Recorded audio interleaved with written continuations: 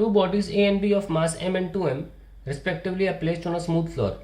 They are connected by a spring of negligible mass. Third body C of mass m is placed on the floor. The body C moves with a velocity v0 along the line joining A and B and collides elastically with A. At a certain time after the collision, it is found that the instantaneous velocities of A and B are same and the compression of the spring is x0. The spring constant K will be. ये options हैं.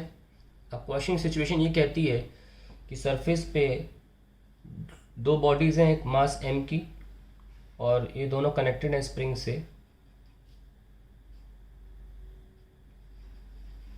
इसका मास है m और इसका मास है 2m. एक third body है c जिसका भी मास m है और उसकी वेलोसिटी जो दे रखी है स्टार्टिंग में v0 दे रखी है, इससे आती है और टकरा जाती है. ऐसा होने का सिचुएशन ऐसी है, ये कंप्रेस हो जाती है स्प्रिंग और इंस्टेंटेनियसली थोड़ी देर के लिए इन दोनों बॉल्स के सिस्टम की along with spring with the compression, जितना भी कंप्रेशन हुआ x0 कंप्रेशन हुआ है, with that much compression the velocity of the system of the two balls of mass m and 2m is given to be same. मान लीजिए v velocity से दोनों move कर रहे हैं, ठीक है. इलास्टिकली कोलिजन हुआ है एम वी नॉट, तो यहाँ पे आके इससे टकराने के बाद ये रुक गई होगी. इलास्टिक कोलिजन में जो भी हो इसकी कोई वेलोसिटी हो गई होगी. उससे मतलब नहीं है, अभी हमें इतना पता चल चुका है कि कैसे ये सेकंड जो सिस्टम है m और 2m का मूव कर रहा है. तो मोमेंटम कंजर्वेशन कर लेते हैं कि इनिशियल मोमेंटम ऑफ सिस्टम, क्योंकि एक्सटर्नल फोर्सेस नहीं है, momentum is equals to final momentum. Initial momentum क्या है भाई, that is m into V not और फाइनल विल बी, ये दोनों साथ में मूव कर रही हैं m plus 2m into we.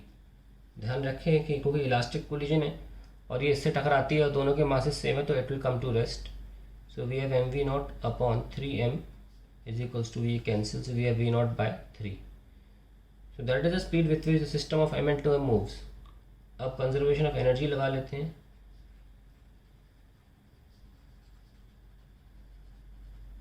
Initial energy सिर्फ c के पास थी एम वी नॉट स्क्वायर, और बाद में ये एनर्जी कन्वर्ट हुई काइनेटिक एनर्जी में m plus 2m system into system की स्पीड वी नॉट बाई 3 का square plus elastic potential energy half के x नॉट का square.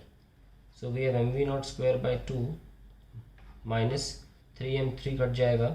So we have M we not square by एक 3 बचेगा 6 is equals to 1/2 के x not square. LCM लेंगे 6 आएगा, यहाँ 3 माइनस 1 2 M we not square by 3 और ऊपर 2 चला जाएगा और नीचे आ जाएगा x not square. So we get the k. Final answer is 2/3 m V not by x not whole square. The option is D.